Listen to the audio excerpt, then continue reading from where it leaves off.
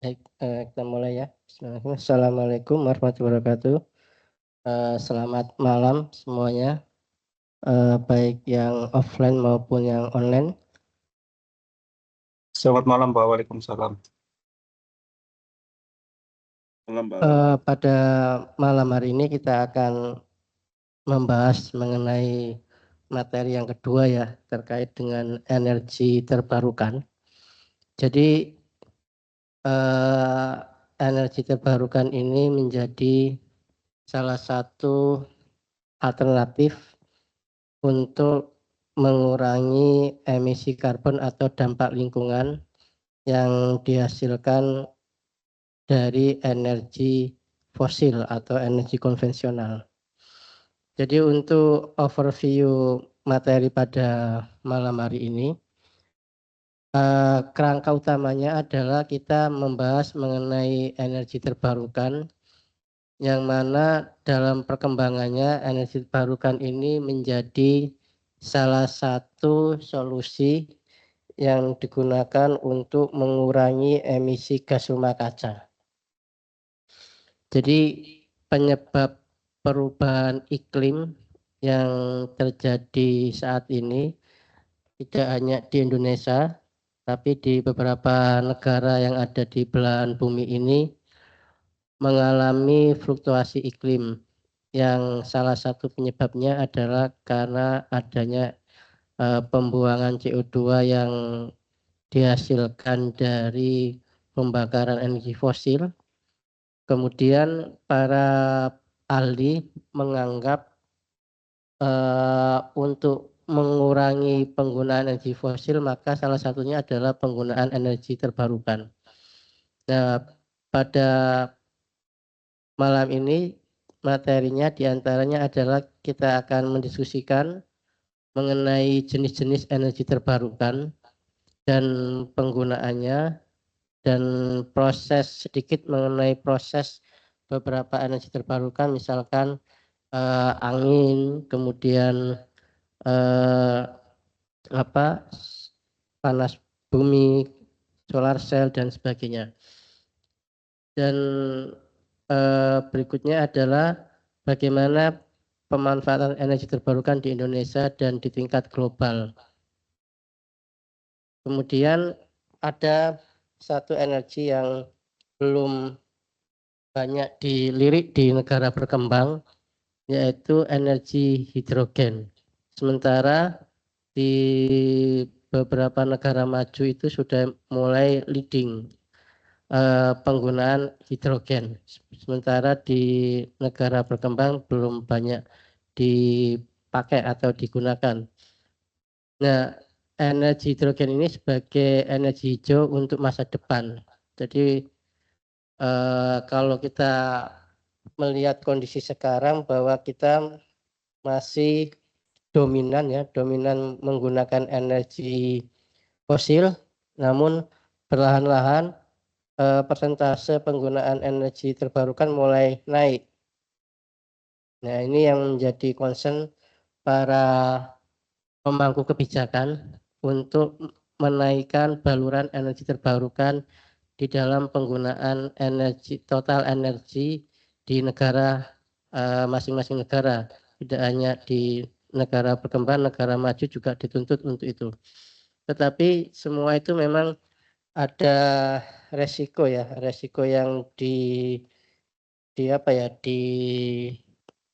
dampak yang akan dialami negara tersebut kalau kita memang energi terbarukan ini dilakukan secara agresif, gitu ya. Kemudian untuk learning objektifnya, yang pertama, energi terbarukan itu apa? Ya, jadi sedikit pekan kemarin saya sudah menjelaskan mengenai energi fosil dan energi terbarukan, kemudian jenisnya dan energi terbarukan di Indonesia, serta energi hidrogen. Nah, sengaja saya menyisipkan energi hidrogen karena saya menganggap meskipun secara persentase kita masih kecil sekali, tapi energi ini diharapkan ke depan itu menjadi solusi di dalam penggunaan energi secara nasional. Nah, pengertian energi terbarukan adalah sumber energi yang berasal dari alam, ya. Dari alam, dari apa yang ada di alam ini, misalkan angin gitu ya, kemudian matahari ya, yang mana dapat diperbarui secara terus-menerus. Ya, jadi tidak habis. Berbeda dengan energi fosil yang kita diskusikan pekan lalu. Jadi kalau misalkan coal, batu bara, itu akan habis. Ya. Jadi kita ambil batu bara di Kalimantan atau di Sumatera, kita ambil terus ya akan suatu saat akan habis. Ya. Sementara energi terbarukan ini dia meskipun kita manfaatkan, angin tetap ada. Kapanpun angin itu ada. Terutama ketika di perubahan musim itu pasti angin akan besar. Ya. Kemudian selain itu bisa dimanfaatkan secara berlanjut dan tidak habis. Nah, bedanya di sini kalau energi fosil itu berpikir bagaimana continuous-nya, keberlanjutannya, supaya energi fosil itu tetap ada dan para pengguna energi fosil maupun para stakeholder itu berpikir bagaimana supaya continuous berlanjut, tapi suatu saat pasti akan habis.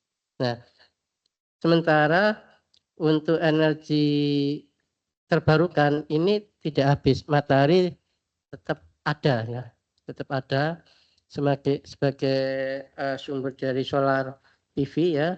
Sementara kalau kita bandingkan dengan energi fosil, para penggunanya atau perusahaan itu berusaha untuk bagaimana ini continuous gitu, menerus. Tapi mereka tahu akan habis itu.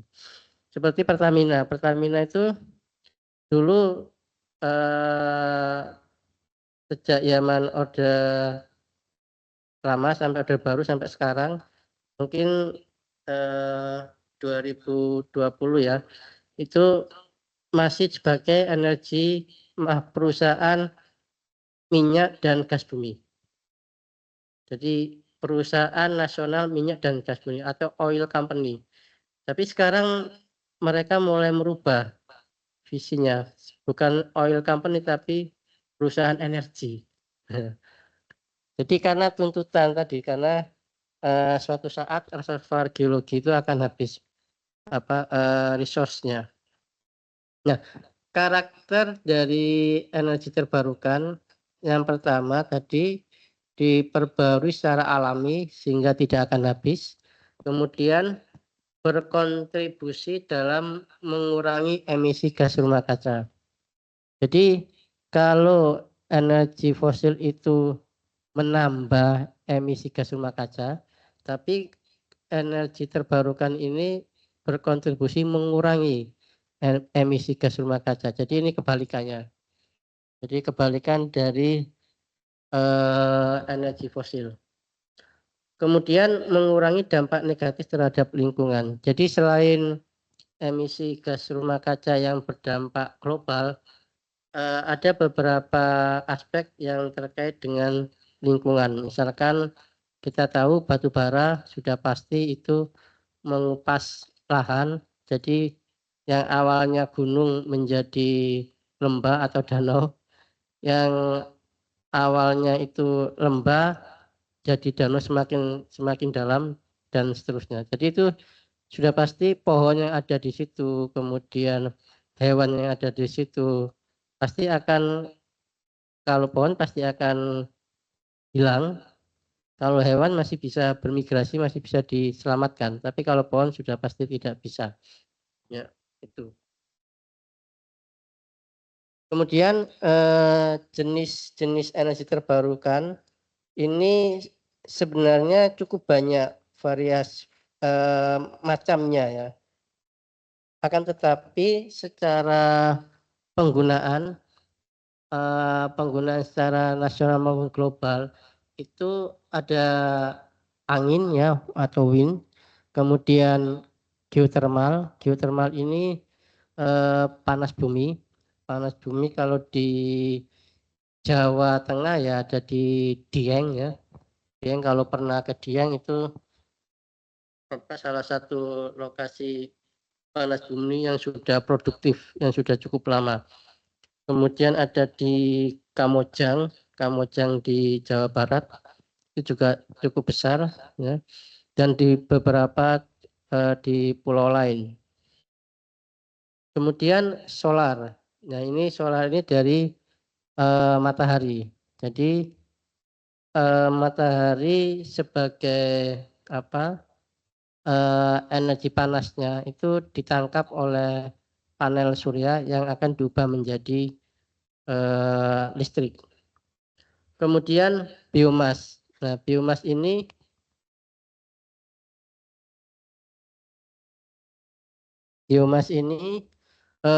sebenarnya bisa diambilkan dari banyak banyak hal ya. Misalkan bisa diambilkan dari apa sampah organik maupun dari sampah-sampah yang dikumpulkan kemudian dibakar ya, biomas. Kemudian hidro ini air, maksudnya hidro adalah air. Jadi air ini cukup lama kalau air. Jadi kalau untuk air sejak zaman Pak Soeharto itu sudah ada pembangkit listrik tenaga air. Ya, jadi sudah ada PLTA sudah banyak di Indonesia. Nah, cuma ini memang kapasitasnya dinaikkan atau ditingkatkan.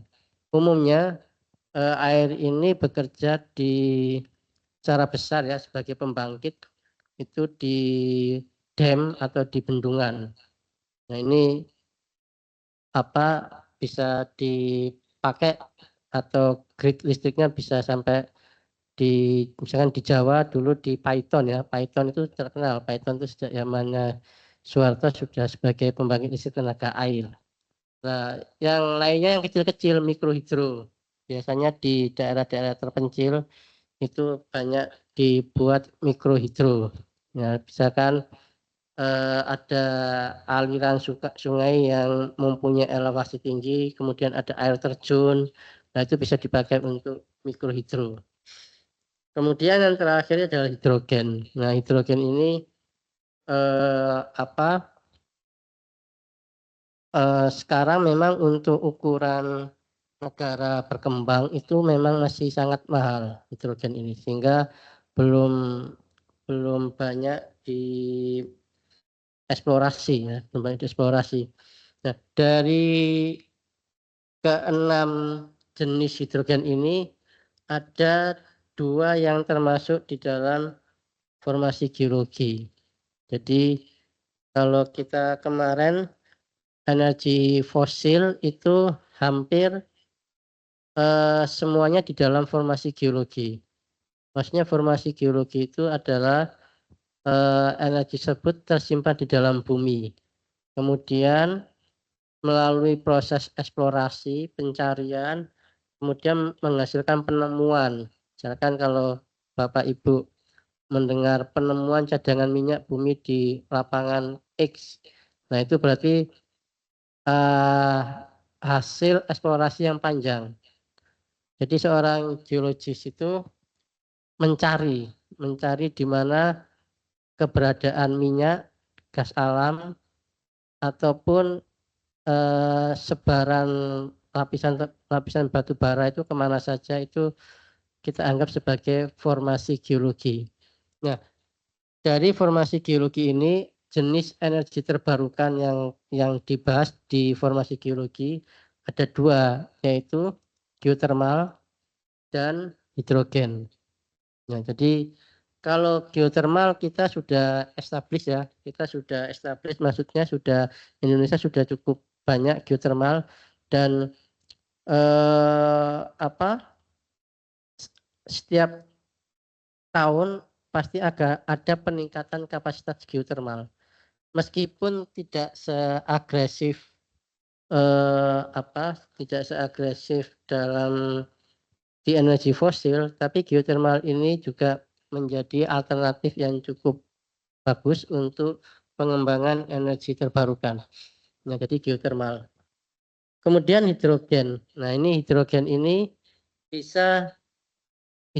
macam-macam. Jadi hidrogen ini bisa di luar formasi geologi atau di dalam formasi geologi.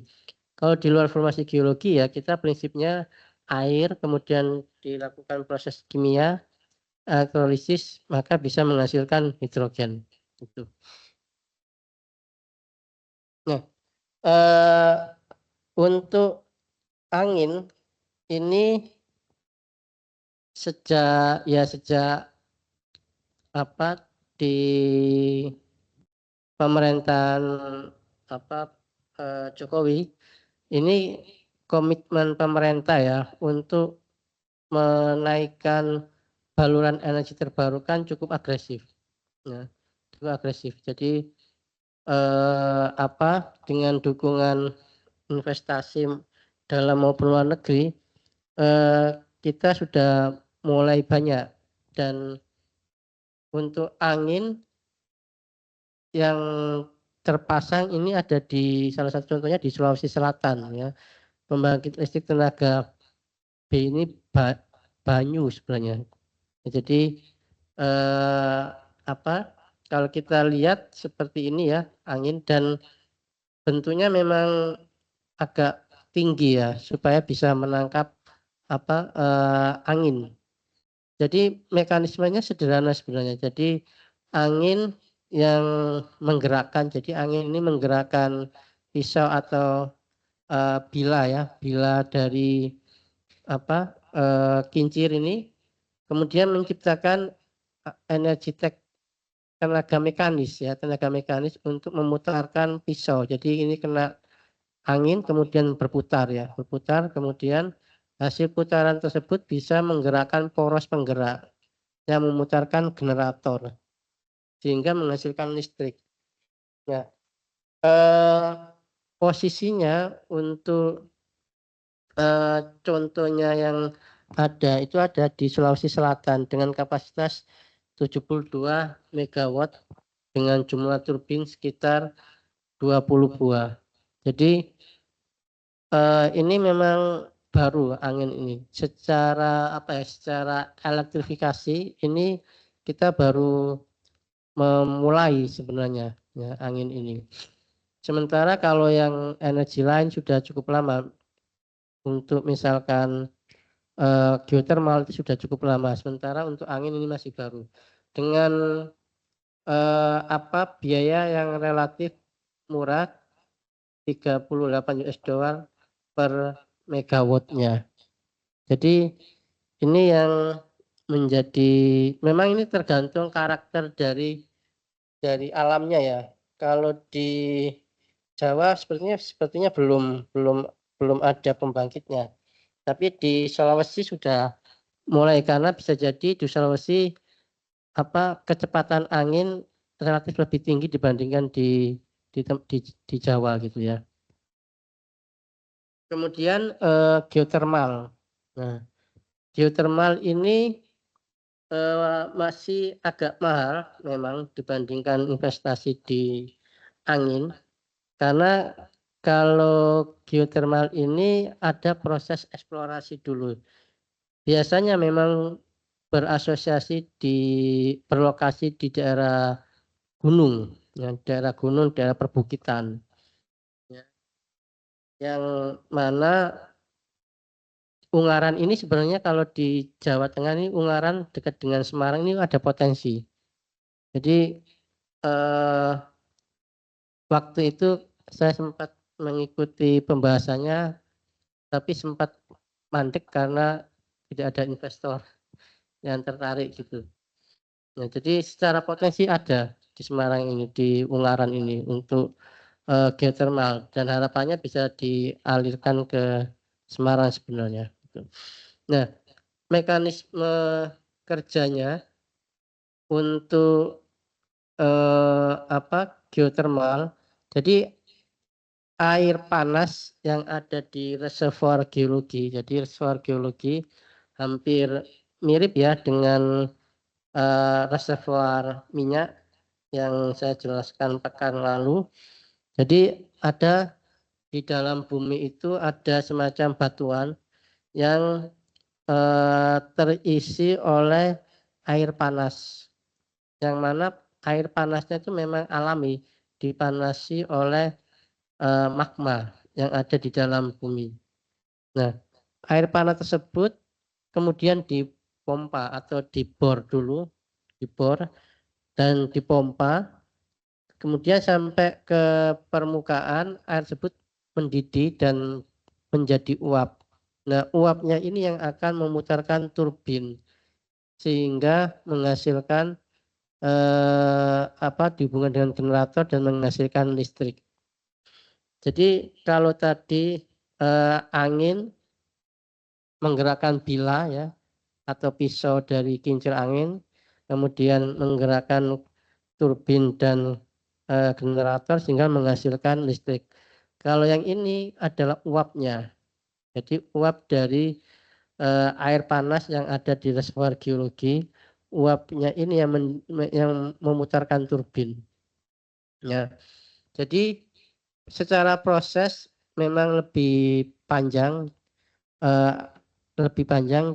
geotermal daripada angin ya. Nah, geotermal ini kenapa lebih mahal?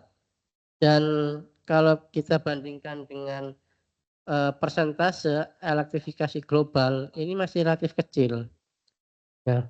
Karena nggak semua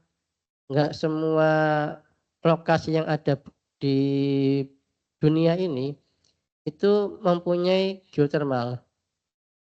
Nah, sebenarnya Indonesia itu berkah. Berkah itu karena kita terletak di yang namanya Ring of Fire ya, dari Sumatera, kemudian Jawa, kemudian NTT, NTB sampai ke Sulawesi itu mempunyai atau jalur subduksi atau jalur pertemuan lempeng atau lokasi di mana deretan gunung api berada. Nah, dengan banyaknya itu, maka Indonesia sebenarnya potensi geotermalnya tinggi sekali. Ya. Jadi kalau 1% ini yang dimaksudkan 1%-nya adalah elektrifikasi secara global, secara dunia. Nah, jadi itu ya memang secara biaya lebih mahal ya dibandingkan dengan angin. Kalau tadi angin itu sekitar 38 US dollar per megawattnya, sementara ini sekitar 75 US dollar per megawattnya. Kemudian yang ketiga adalah solar ya. Solar atau panel surya ya, panel surya. Jadi memang untuk panel surya ini juga lebih kecil dibandingkan geotermal ya, 36, dan ini penelitian tentang sel fotovoltaik ini sangat intensif ya di negara-negara di Jepang itu. Kebetulan saya di tetanggaan di lab itu ya, lab yang di Jepang itu meneliti tentang sel fotovoltaik ini. Nah, jadi ke depan memang akan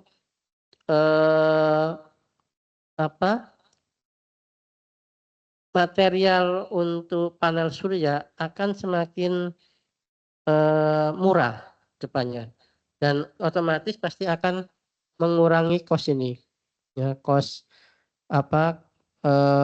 biaya untuk menghasilkan listrik ya per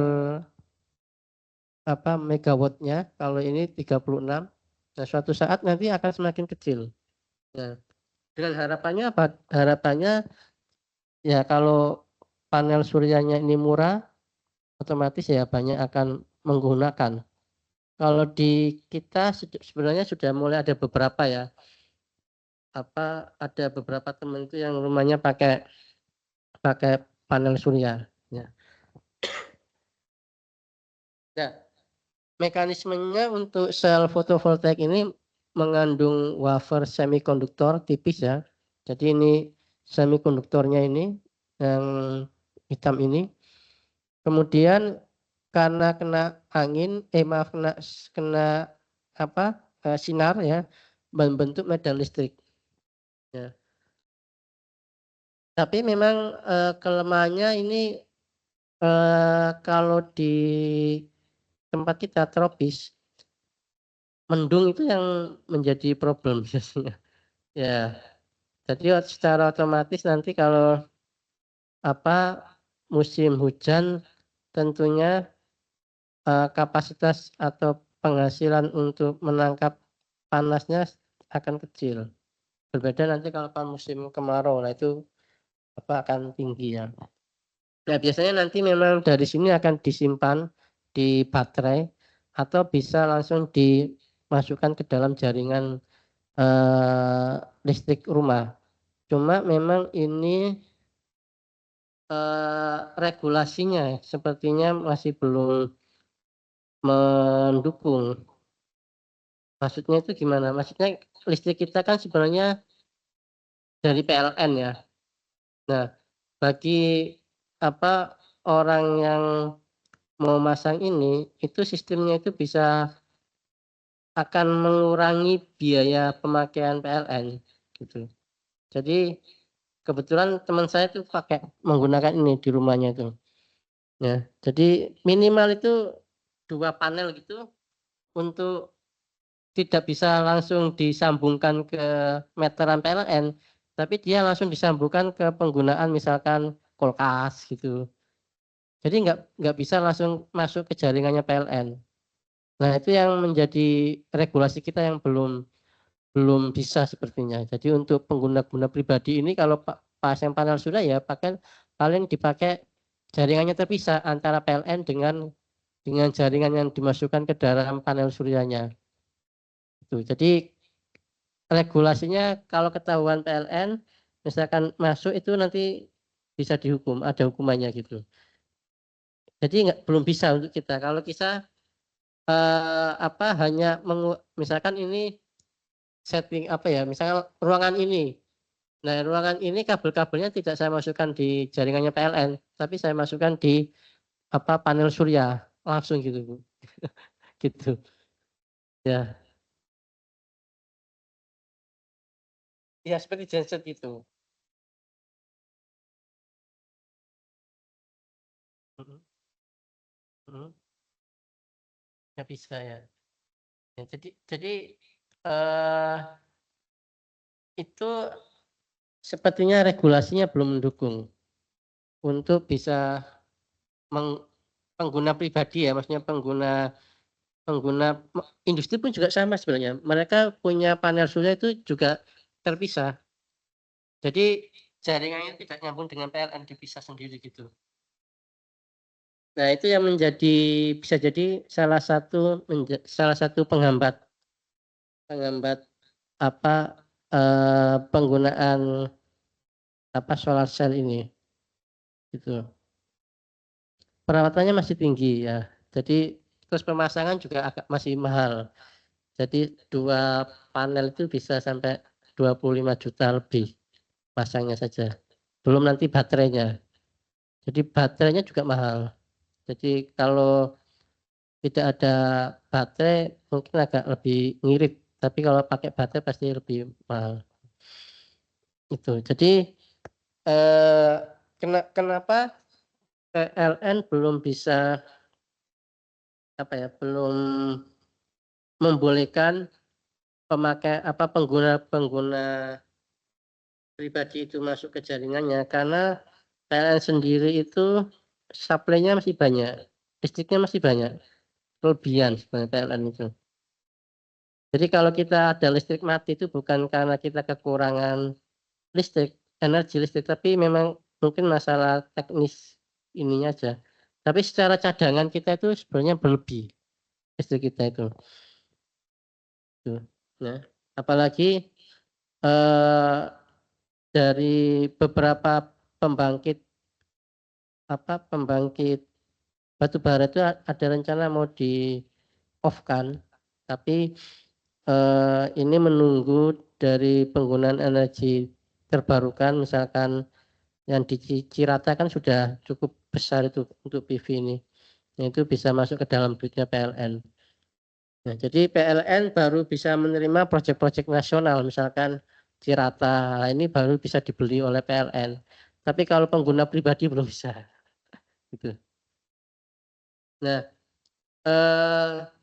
kemudian yang di sini sebenarnya yang lagi untuk penelitian bahan itu ya sel fotovoltaik ini yang lagi berkembang ya, dan bahan semikonduktor ini. Ini contoh dari PLTS Cirata ya. Jadi pembangkit listrik tenaga solar yang ada di Cirata ini salah satu karyanya Pak Jokowi yang cukup monumental sebenarnya ini. Jadi kita punya pembangkit listrik tenaga surya yang bisa jadi ini terbesar di Asia Tenggara gitu. Ya. Nah, ini kalau ini bisa dibeli oleh PLN kalau ini, karena ini milik negara gitu ya. Kemudian bendungan atau tenaga air ya. Nah, kalau tenaga air sendiri sudah cukup lama ini tenaga hidro ini mekanismenya adalah biasanya untuk skala pembangkit listrik tenaga atau PLTA itu biasanya berada di bendungan. Ya, bendungan atau waduk ya, waduk yang menampung air di daerah tinggian ya, di hulu. Ini mengubah aliran air. Jadi kalau kita lihat skemanya di sini, jadi ini air yang ada di air yang mengalir ya dari gunung-gunung itu kemudian ditampung di dalam waduk atau bendungan, kemudian dialirkan ke elevasi yang lebih rendah, sehingga jatuhnya air itu akan menggerakkan atau menghasilkan energi mekanik yang menggerakkan turbin, kemudian dihubungkan dengan generator listrik dan menghasilkan listrik. Nah, ini sudah lama sebenarnya ini untuk PLTA ini. Nah, jadi kalau di Undip itu punya juga, tapi dia mikro, kecil. Jadi kalau di kampus Undip itu ada yang di Tembalang itu, jadi ada bendungan kecil itu sebenarnya ada generator untuk mikrohidronya. Nah, cuma saya nggak tahu masih aktif atau enggak. Nah, tapi plannya itu untuk mikrohidro itu. Jadi air yang keluar dari dari waduknya itu diharapkan bisa menggerakkan generator, dan generatornya ada, jadi ada rumah pembangkitnya seperti itu. Nah, ini untuk air ya, kapasitas untuk global memang sudah tinggi ya, sudah 15%, jadi hampir di beberapa negara yang punya waduk-waduk besar ini biasanya digabungkan dengan pembangkit listrik tenaga air. Ya, jadi kapasitasnya cukup besar, sekitar 15% dari total penggunaan energi yang ada di global. Nah, untuk biayanya masih tinggi, sekitar 64, ya masih rendah dibandingkan geothermal ya. Kemudian biomas. Nah, biomas ini masih agak mahal ya biayanya, kosnya, karena memang untuk membakarnya sendiri ini butuh energi sebenarnya. Jadi sampah-sampah organik atau dari sampah yang ada kemudian dibakar ya di dalam boiler ya, sehingga menghasilkan uap. Jadi ini sampahnya ini dibakar, kemudian menghasilkan uap dan uap ini memutarkan bilah turbin ya, yang kemudian dihubungkan dengan generator. Nah, cuma ini sepertinya karena teknologinya cukup tinggi sehingga biaya kosnya cukup tinggi. Sampai 114 per megawattnya. Nah, ini kalau Semarang punya ini bagus. Semarang punya ini nanti sampahnya bisa dimanfaatkan, dibakar ya. Nggak numpuk di mana. Ya itu memang butuh pemerintah ya, butuh kebijakan ya, sama ada pengusaha yang bisa bisa menghasilkan ini biomas ini. Kemudian ini ada di Kalimantan Barat sebenarnya. Jadi kita punya di Kalimantan Barat untuk generator yang bisa menghasilkan listrik dari biomas. Nah, kita akan membahas mengenai energi terbarukan yang ada di dalam informasi geologi. Sebelum ke sini mungkin ada yang mau didiskusikan. Taufik biasanya. Izin bertanya, Pak.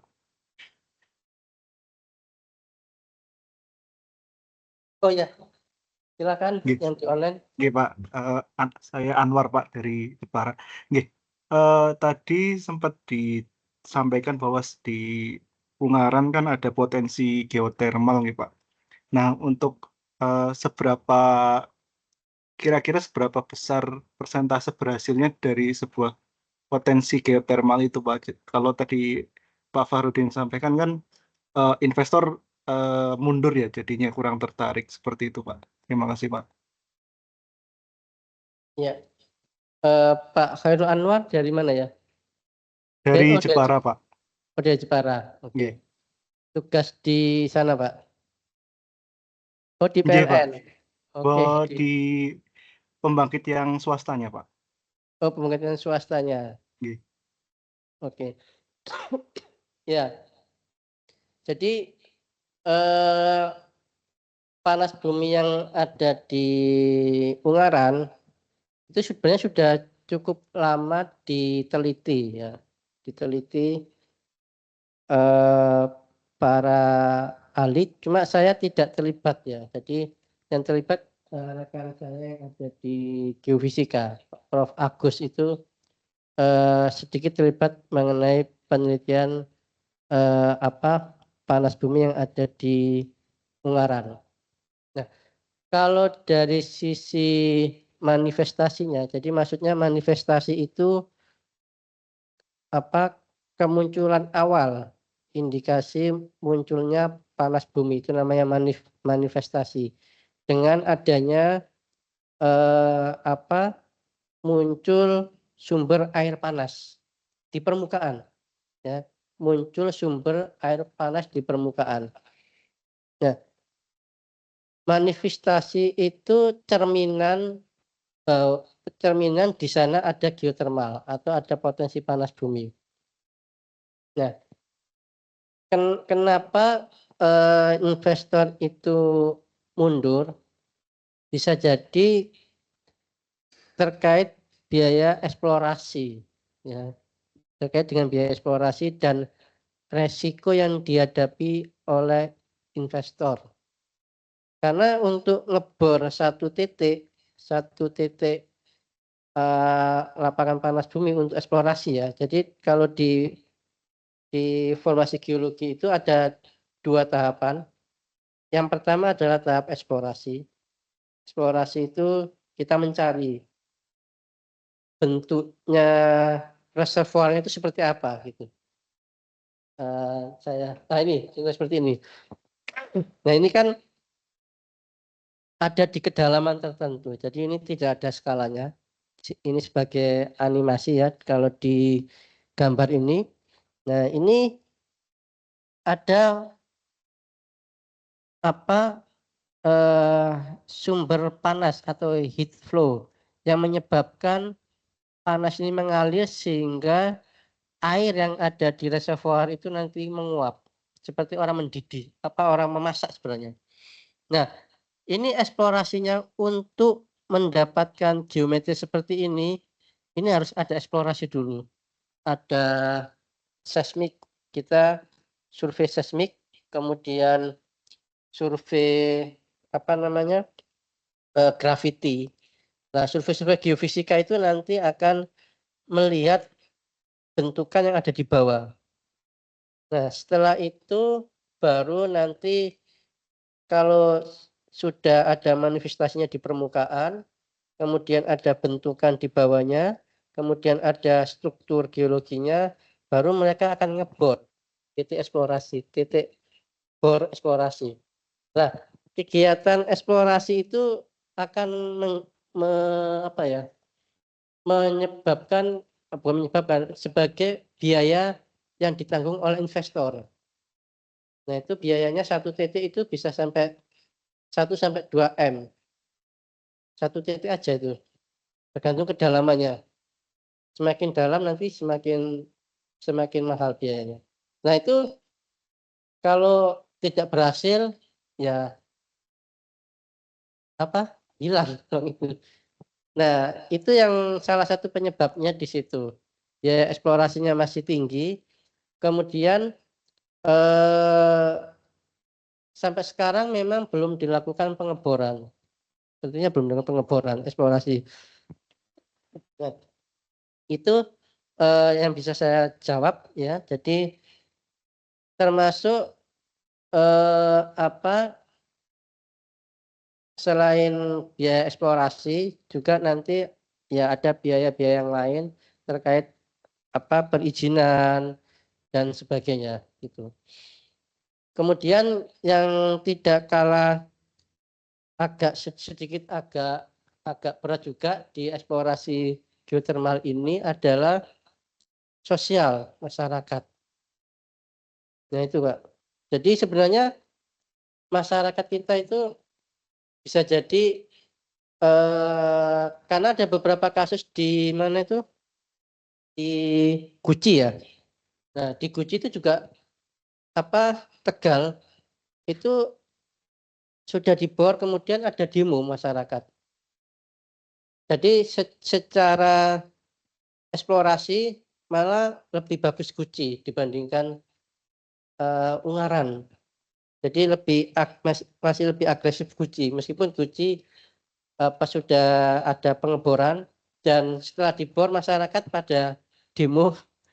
Saya nggak tahu apakah menuntut kompensasi atau yang lainnya atau ada ketakutan ya takut seperti Lapindo dan sebagainya gitu. Nah itu Pak Khairul Anwar yang bisa saya sampaikan terkait dengan eksplorasi geotermal yang ada di Ungaran. Oke, baik. Terima kasih Pak Fahrudin penjelasannya. Itu dari Izin Bapak mau bertanya yang terkait sama wind atau yang kincir angin. Tadi kan dijelaskan kalau di Sulawesi Selatan itu ada di sana, misalkan di Jawa belum ada itu kan. Kalau ini saya baca di kota Nganjuk itu kan termasuk salah satu kota angin gitu. angin ya. Nah di situ untuk kecepatan angin dan frekuensinya boleh dibilang tinggi. Apa di sana tidak ada penelitian untuk dibangun di sana atau bagaimana gitu?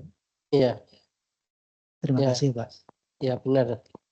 Nganjuk ini anak saya mondok di sana. Jadi selalu cerita, wah ya anginnya di sini kenceng banget gitu. Jadi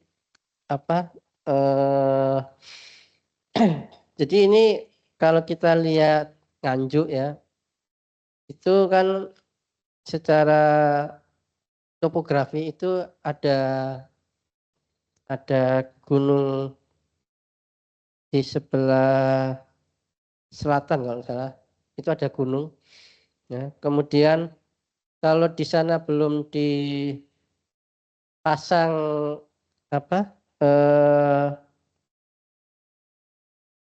pembangkit listrik tenaga angin, tentunya pemerintah akan memilah daerah mana yang membutuhkan energi listrik, daerah mana yang kurang. Nah, kalau di Jawa sendiri sebenarnya sudah cukup banyak pembangkit listrik, baik PLTU, kemudian PLTA, terutama PLTU itu sudah cukup banyak. Dan elektrifikasi di Jawa cukup tinggi. Ya. Bisa jadi faktor itu, Pak, faktor kelebihan listrik di Jawa masih banyak. Sementara di Sulawesi penggunaan energi listrik masih sedikit, ya. Maaf, kebutuhannya itu tinggi, tapi masih sedikit yang pembangkit yang ada di sana. Dan selain itu secara topografi perbukitan, memang di Sulawesi itu bukit kemudian datar itu pendek gitu, jadi pendek sehingga angin yang dihasilkan tinggi. Nah, bisa jadi karena faktor pertama itu karena elektrifikasi sebenarnya, bukan karena selain topografi pasti, tapi elektrifikasi sebenarnya. Nah, kalau di sana kan kenapa agak tinggi, karena industri mulai berkembang, Pak, di sana, terutama di pertambangan. Ya, jadi pertambangan nikel, ya, kemudian emas, ya, itu cukup banyak di sana. Dan mereka semua butuh listrik. Nah, salah satunya adalah menjawab itu sebenarnya, pembangkit tenaga surya yang ada di sana, tenaga angin, untuk menjawab kebutuhan pertumbuhan ekonomi yang mulai tumbuh di Sulawesi. Itu sebenarnya lebih ke sana kalau pendapat saya. Oke. Kemudian kita lanjut ke sini, ke energi terbarukan dalam formasi geologi. Jadi seperti yang saya jelaskan tadi, formasi geologi ini untuk energi terbarukan itu ada dua. Yang pertama adalah geotermal, yang mana kalau kita lihat geotermal ini potensinya cukup besar di Indonesia, ya, cukup besar. Cuma memang kekurangannya kan memang karena lokasinya itu ada di gunung, dan di gunung itu kan aktivitas ekonomi tidak setinggi di pantai, jauh gitu ya. Jadi butuh tiang atau butuh jaringan jaringan listrik yang bisa sampai ke pantai atau ke kota-kota yang ada di pantai di Jawa misalkan. Nah, sehingga lebih banyak dipakai di sekitar situ, ya, untuk perkebunan gitu. Kemudian tuh wisata, ya. Jadi itu kelemahannya. Ya, selain kita potensi besar, tapi ada sedikit kelemahannya. Nah, kalau kebetulan di tempat kita, misalkan di Dieng, saya pernah ke sana, kemudian potensinya cukup besar, tapi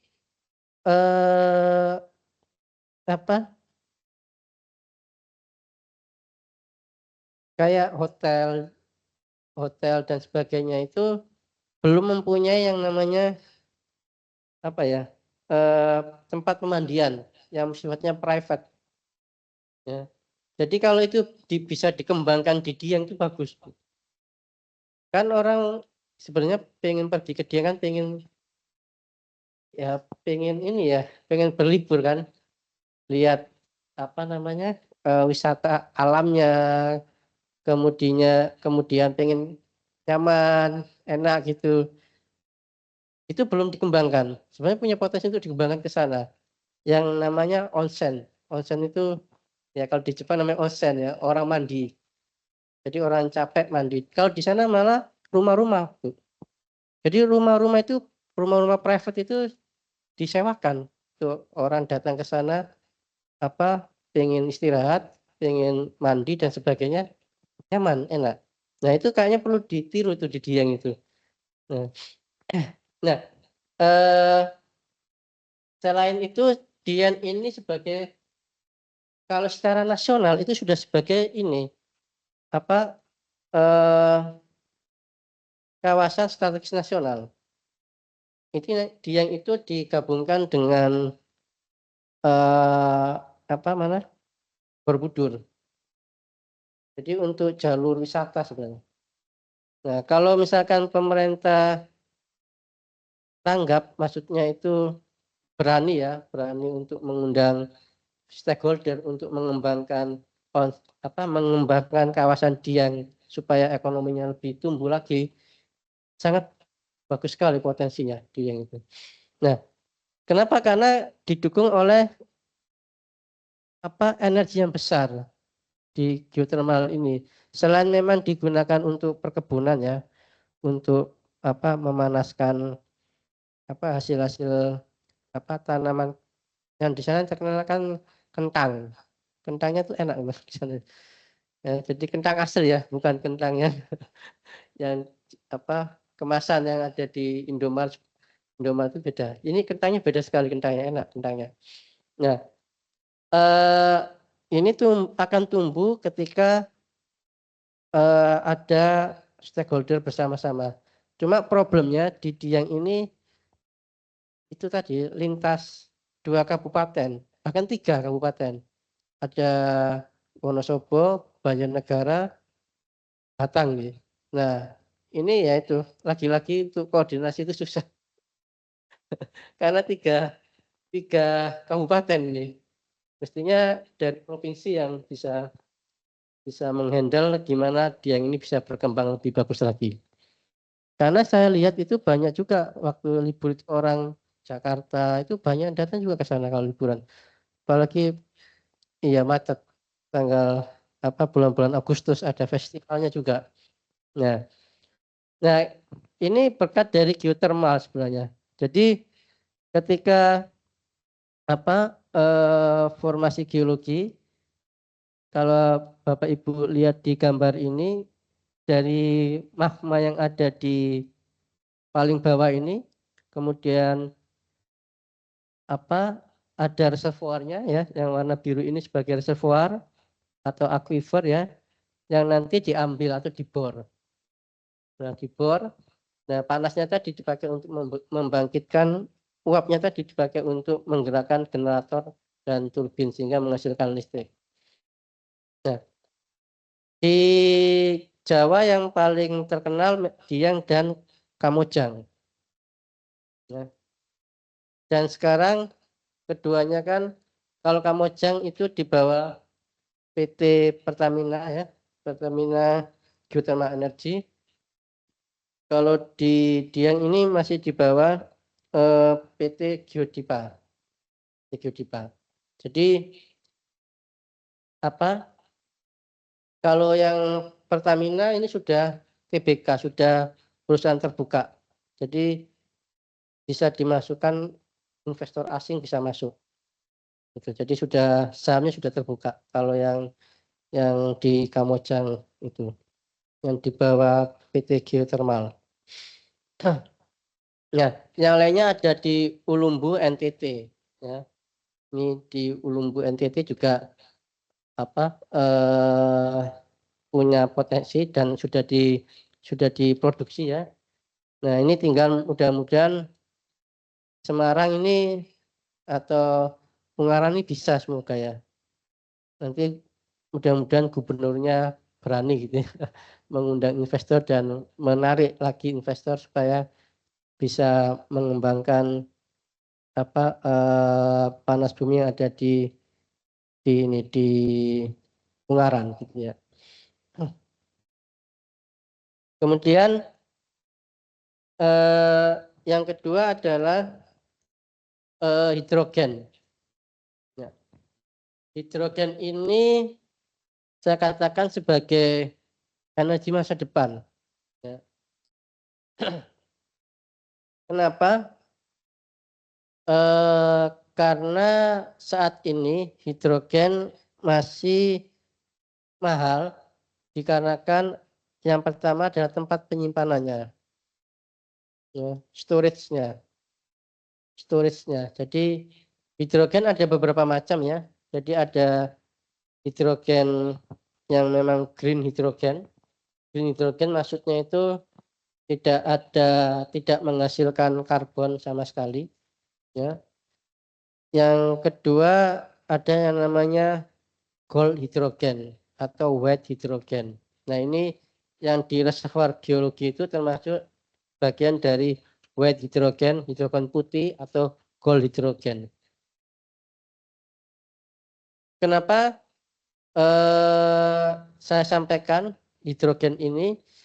Karena yang pertama hidrogen yang terbentuk yang dibuat oleh proses elektrolisis itu lebih mahal.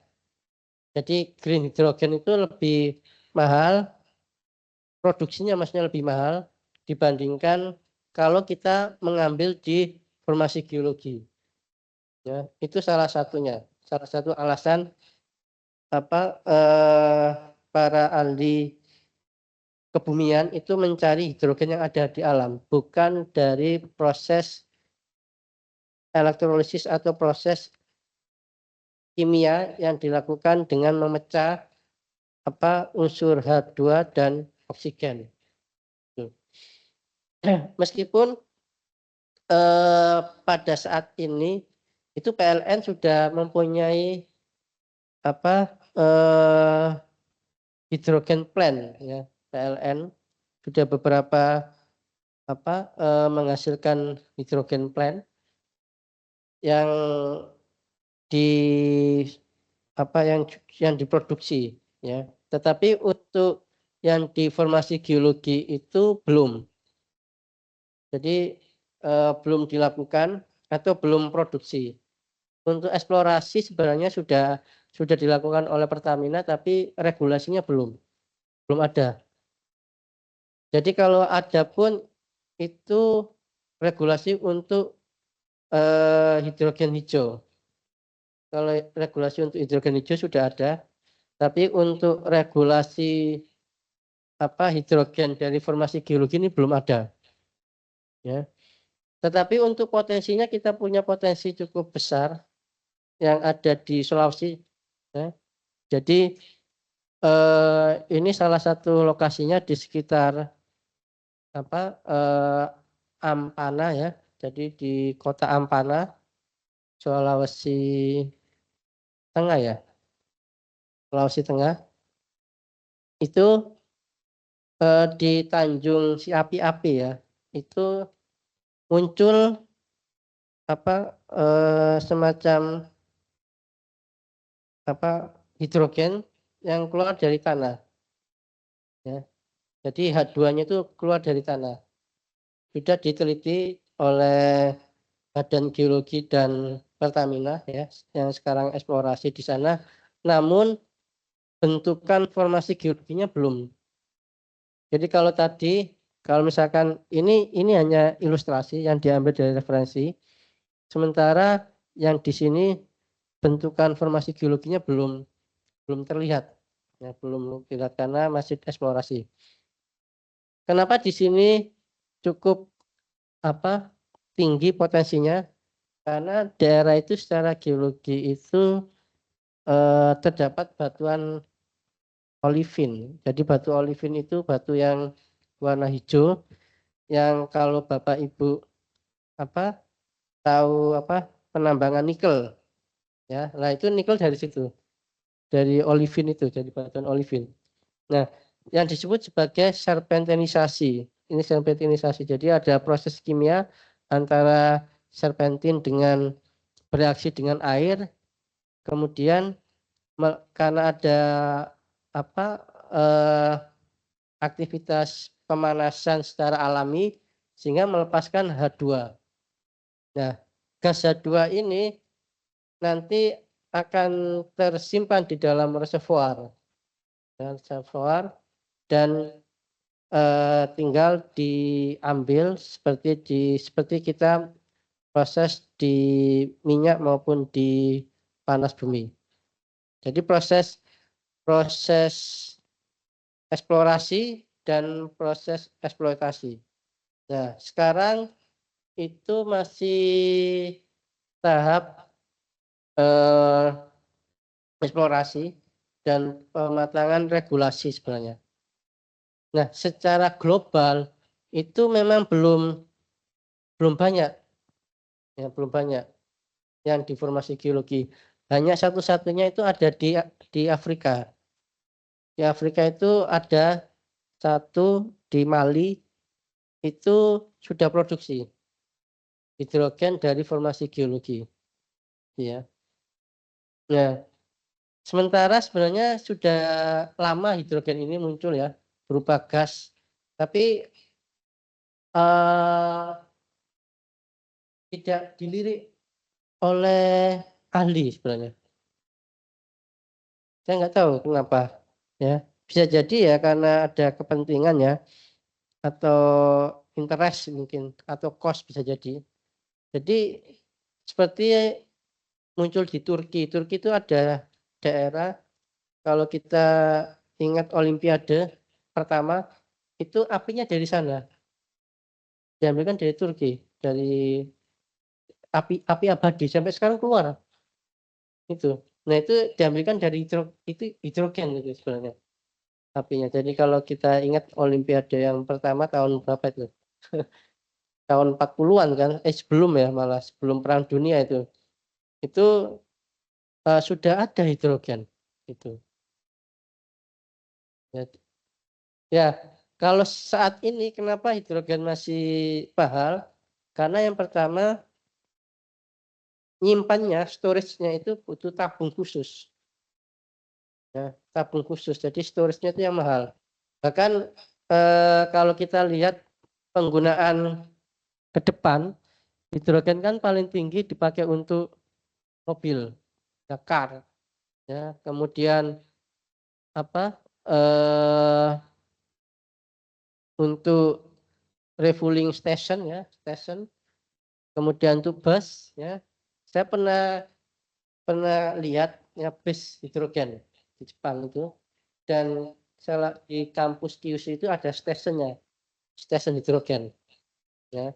Selain untuk penelitian juga untuk pengisian mobil ya, dan memang tidak banyak juga sebenarnya dibandingkan Jepang secara keseluruhan ya. Kalau di kita ada satu kan di Jakarta itu ada stasiun hidrogen, ada baru satu, dan mobilnya juga mahal. Mobilnya Toyota Mirai itu masih miliaran itu. Nah, jadi bisa jadi mungkin nanti ke depan selain ya saat ini sih kalau kita lihat mobil yang dari Jepang kan mengembangkan kan hybrid ya. Hybrid. Nah, kalau hidrogen itu sudah kelas tinggi lah, itu udah uangnya kantongnya tebal yang beli mobil itu. Ya kalau mau beli ya orang Jakarta pasti. Karena di Semarang nggak ada stasiunnya. Di Jakarta pun baru satu stasiunnya, stasiun hidrogen baru satu. Ya itu.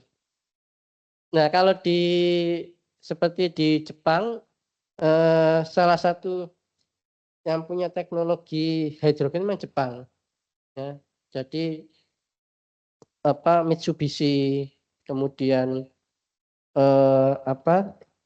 Toyota itu mengembangkan hidrogen. Jadi itu mereka malah tidak terlalu mengembangkan baterai atau baterai. ya untuk kendaraan transportasinya. Mereka masih memilih hybrid sama hidrogen. Meskipun baterai juga ada, tapi tidak seagresif Cina ya. Kalau Cina cukup agresif ya untuk mobil baterai ya.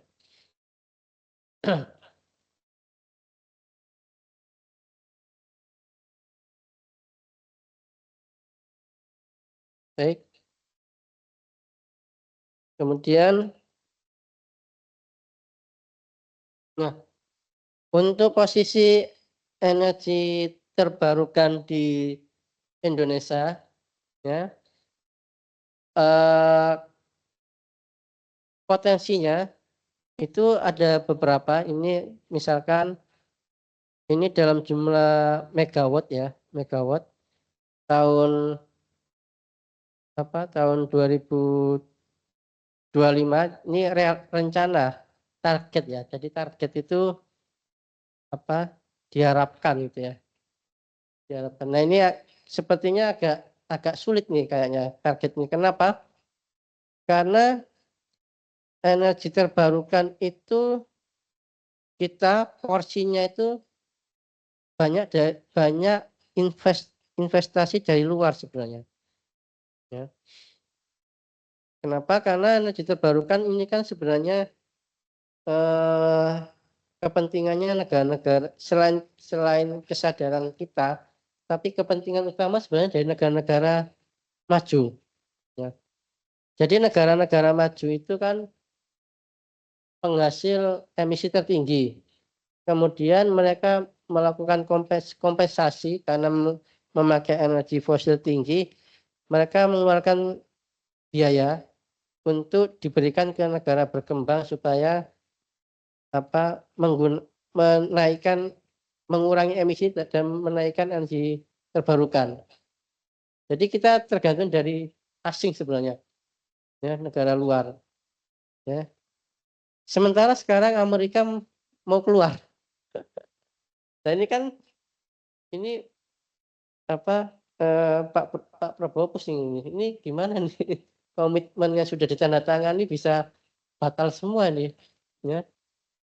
Ya, jadi ini kayaknya agak sulit nih tercapai ya posisi sekarang karena Amerika sebagai negara donor terbesar itu keluar dari perjanjian Paris, nggak mau. Ya. Malah sekarang menaikkan produksi dari fosil. Gitu. Jadi sekarang itu investasi renewable itu sudah nggak ada di Amerika itu, sudah di stop. Bahkan bahasa perubahan iklim itu sudah dihindari.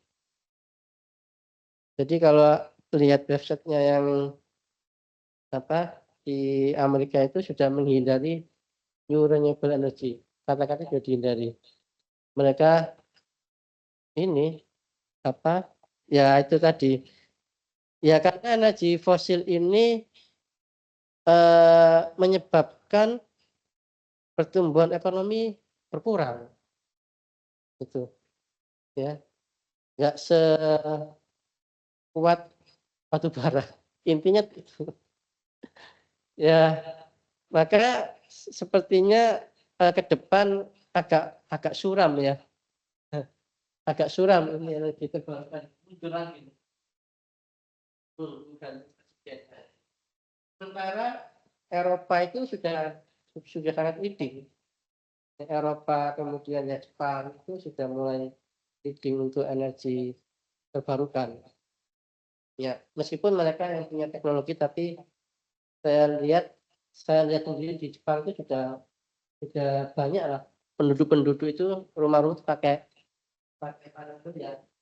Jadi panel surya itu bahkan dipasang di taman gitu, kemudian di bukit gitu kalau lihat itu ada panel surya sudah banyak. Jadi kalau kita terbang ke Narita ya, Anda Narita itu dari bawah itu kelihatan tuh banyak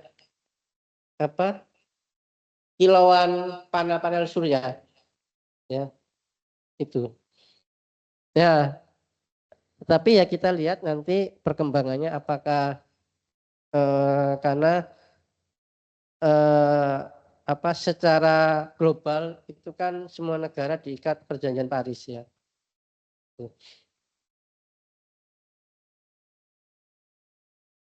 Terus kemudian penggunaan energi terbarukan di Indonesia pada tahun 2024 mencapai 14,1%. Jadi ini saya ambil dari data ESDM ya. Jadi kalau energi terbarukan ini masuk di EBT. Jadi EBT itu salah satu dirjen di bawah Kementerian ESDM. Jadi nanti ada dirjen energi baru terbarukan, kemudian ada dirjen migas ya. Nah ini di bawah dirjen EBT. Ya, masing-masing punya apa potensi dan pemanfaatan. Jadi kalau 14,1 total ya dari sisanya berarti masih energi fosil. Kalau kita lihat berarti kan masih 14%, masih kecil ya, masih kecil. Ya. Jadi sisanya masih energi fosil. Yang paling besar masih batu bara. Ya. Jadi totalnya dari 14% ini masing-masing kita lihat untuk potensi dari matahari itu sekitar 3.294 gigawatt potensinya. Dan pemanfaatannya masih kecil, masih 675 megawatt. Ya. Kalau kita lihat paling tinggi itu air ya, paling tinggi masih air, sekitar 6.697 megawatt air ya, yang memang tersebar di Jawa juga ada sebenarnya, Jawa, Aceh, NTT, Sumut, Papua, Kaltara. Ya. Kemudian bioenergi potensinya cukup besar ya bioenergi ini, tapi masih kecil untuk pemanfaatannya, masih sekitar ini potensinya, ini pemanfaatan potensinya. Oke, jadi kalau energi yang kedua adalah bioenergi sebenarnya. Ini sekitar pemanfaatannya sudah 3.000 ya, 3.408 megawatt. Ya.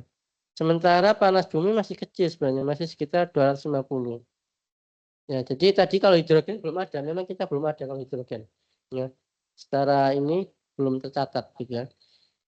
Nah, untuk upaya pemerintah dalam meningkatkan EBT ini sebenarnya secara ini sudah agresif pemerintah di zamannya Jokowi itu sudah agresif cukup agresif ya. Yang mudah-mudahan nih ya.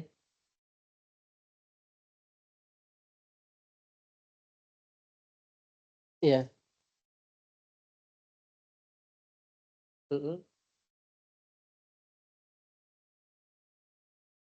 Tinggi ya. Jadi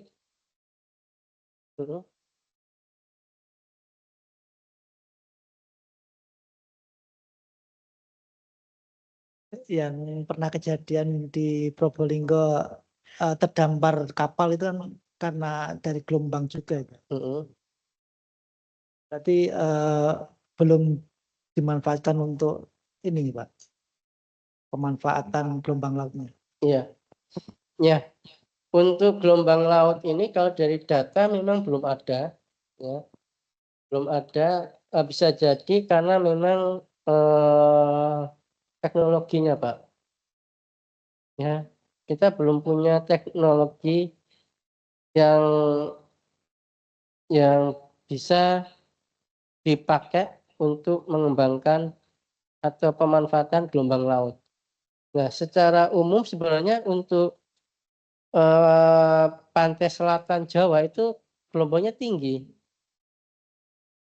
Ya, gelombangnya tinggi. Kenapa? Karena memang dasar lautnya dalam sana dibandingkan di Jawa Utara ya. Nah, kalau di Jawa bagian selatan itu gelombangnya tinggi karena dasar lautnya dalam. Ya, seperti ya banyak kasus lah yang apa anak-anak keseret hilang gitu ya. Nah, kalau untuk penggunaannya apa bisa jadi kalau saya amati itu belum ada teknologi yang maksudnya teknologi di kita yang belum mengembangkan gelombang. Padahal kalau di Undip itu ada perkapalan ya. Tapi ada kelautan ya. Kelautannya belum ke arah sini sepertinya. Lebih ke arah yang lain gitu ya. Gitu. Ya, jadi kalau dilihat dari datanya ini punya potensi memang tidak terlalu besar ya. 63 gigawatt ya. Tapi untuk lokasinya tersebar di Maluku, NTB, NTB, Bali ya. Masuk selatan Jawa mestinya gitu. Oke. Oke, kita lihat.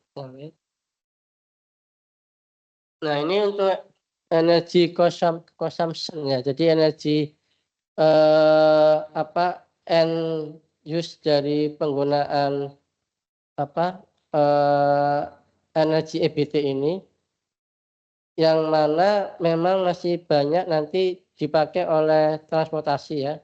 Ini data yang saya ambil dari data IESR ya. Jadi ESR itu semacam LSM yang bergerak di bidang apa bidang energi, terutama energi terbarukan. Jadi LSM ini sebenarnya mendorong pemerintah untuk meningkatkan penggunaan energi terbarukan. Jadi energi terbarukan untuk di Indonesia itu banyak digunakan oleh tiga ya, oleh transportasi ya, kemudian industri dan untuk rumah tangga. Ya.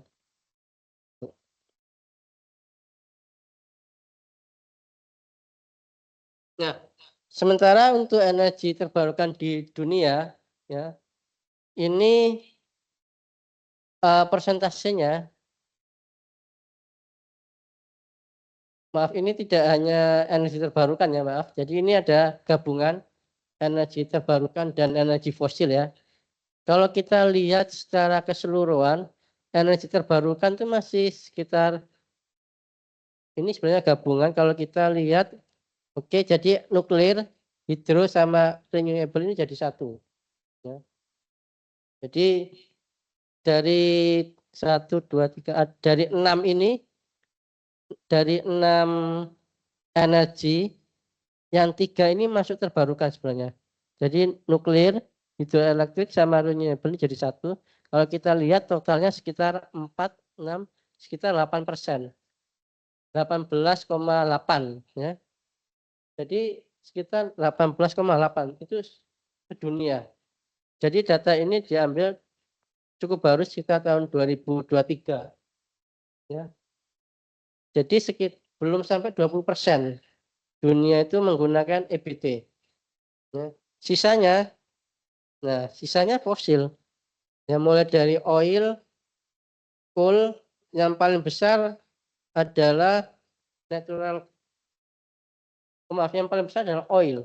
Oil masih 31%, kemudian natural gas sekitar 23 dan coal sekitar 26. Nah, coal ini ke depan memang akan ditekan sampai dia mengecil. Paling tidak yang naik adalah natural gas. Natural gas ini lebih bersih dibandingkan coal. Dan natural gas ini lebih clean lah dibandingkan coal. Dan ke depan sepertinya akan naik untuk natural gas menggeser coal untuk perbandingan di energi fosilnya.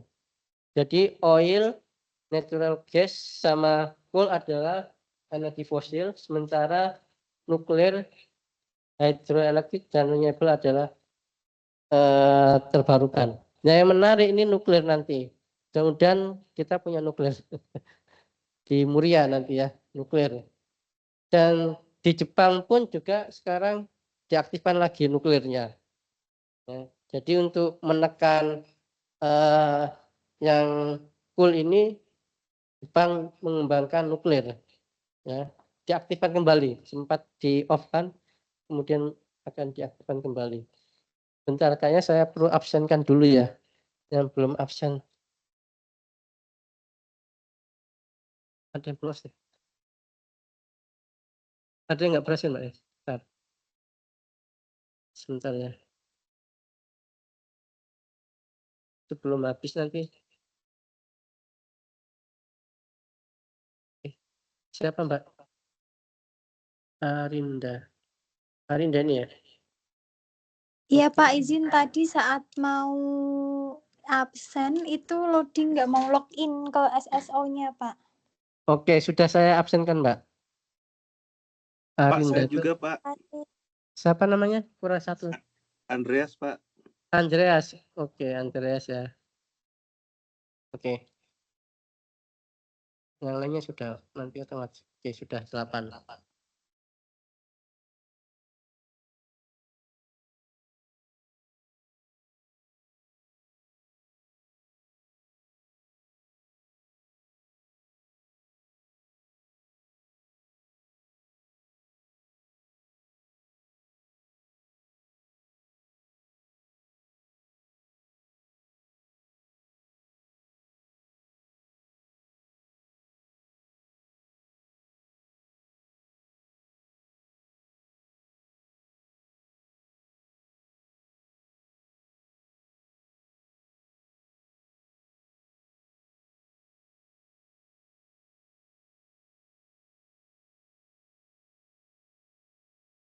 Oke, ini terakhir tuh. Jadi tadi kita sudah membahas tentang energi terbarukan ya, jenis-jenisnya, dan ke depan sepertinya akan, prediksi saya ya, itu semakin agak berkurang nih sepertinya penggunaan energi terbarukan. Ya faktornya karena negara Amerika sudah keluar dari perjanjian Paris. Jadi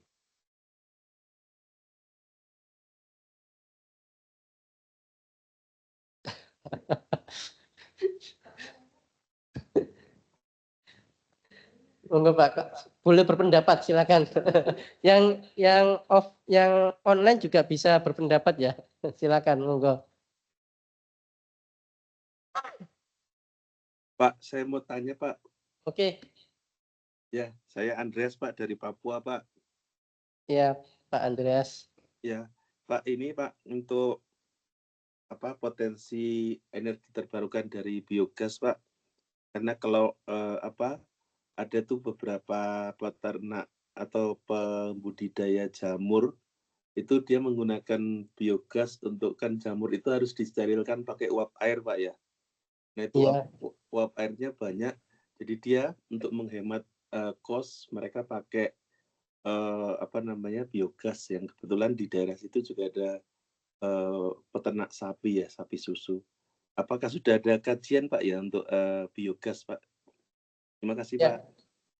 Ya, baik. Terima kasih Pak Andreas. Ya, ini untuk biogas sendiri sebenarnya sudah cukup banyak ya. Cuma memang skalanya kecil Pak. Jadi skalanya itu skala rumah tangga. Jadi pemakaiannya tidak bisa sebesar yang saya contohkan tadi ya.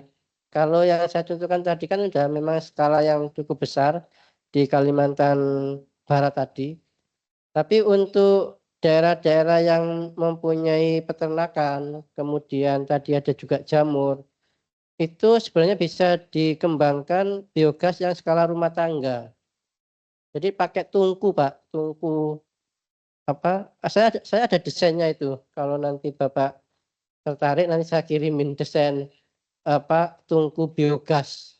Jadi Itu biasanya dipakai untuk pengabdian beberapa rekan dosen di peternakan itu untuk pengabdian masyarakat sebenarnya.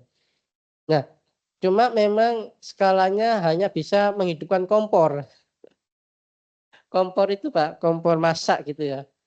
Jadi kompor masak yang sifatnya itu ya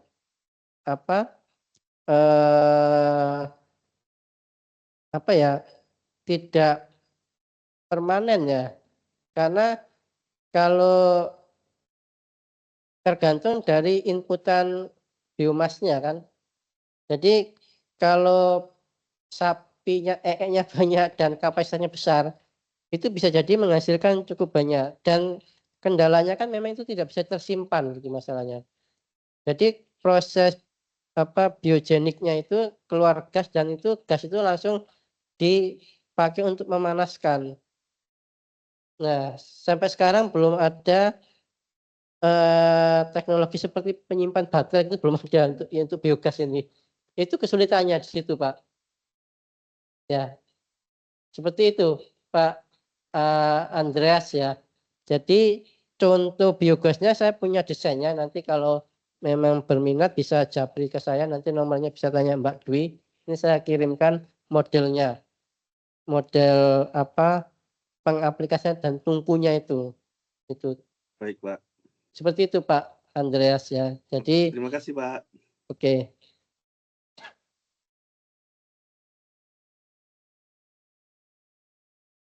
Pak Taufik mungkin ada yang mau disampaikan, disusulkan tadi Cina tadi apa Pak? Monggo.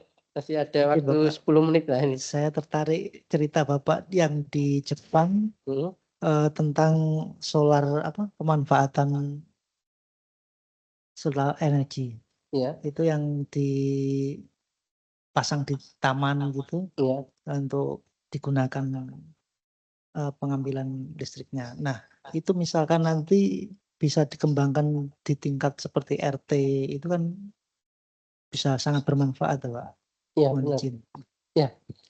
Ya, itu sebenarnya bagus sekali sebenarnya. Ya, jadi di tempat kita itu kan banyak lahan yang kosong sebenarnya. Ya. Jadi saya kebetulan kampus Kyushu itu setelah saya naik tren itu naik bus Pak. Dan naik bus itu melewati area taman itu. Taman itu ada banyak panel surya gitu ya. Dari panel surya itu sepertinya dialirkan ke warga sekitar situ. Ya. Nah, cuma memang kalau kita pemerintah mestinya itu regulasinya dirubah dulu. Jadi regulasi sekarang itu seperti yang saya jelaskan tadi, PLN itu posisinya itu kelebihan listrik, sehingga kalau ada masyarakat yang memproduksi listrik itu belum bisa ditampung oleh PLN. Jadi kalau misalkan RT bikin sendiri itu malah bisa. Jadi RT bikin ya tentunya iuran ya memang masih agak mahal sih ya Pak. Kendalanya mungkin di situ masih agak mahalnya itu yang jadi problem. Ya, jadi ya kalau ada RT terus sponsor gitu ya. Terus kemudian dalam rangka CSR perusahaan, ya kan PLN atau apa itu CSR-nya dipakai untuk membuat panel surya tingkat RT itu lebih bagus nih. Ya. Tapi memang harus mandiri, tidak bisa digabungkan dengan gridnya PLN, terpisah. Bagus sebenarnya Pak. Menarik sebenarnya idenya itu. Nah ini tinggal nanti pembiayaannya Pak. Pembiayaannya seperti apa itu? Ya swadaya masyarakat atau CSR Pak. CSR lokasi ya mungkin kalau di Jawa di Batang itu kan banyak pabrik ya mulai dibangun pabrik. Nah itu bisa via CSR perusahaan sebenarnya itu. Kalau swadaya masyarakat sepertinya agak sulit sepertinya juga. Oke, sepertinya saya cukupkan untuk kuliahnya pada malam ini. Terima kasih atas kehadirannya Bapak Ibu yang secara offline ya maupun yang secara online. Terima kasih. Assalamualaikum warahmatullahi wabarakatuh. Selamat malam. Waalaikumsalam Terima warahmatullahi kasih. Selamat wabarakatuh. malam, Pak. Terima kasih, Bapak.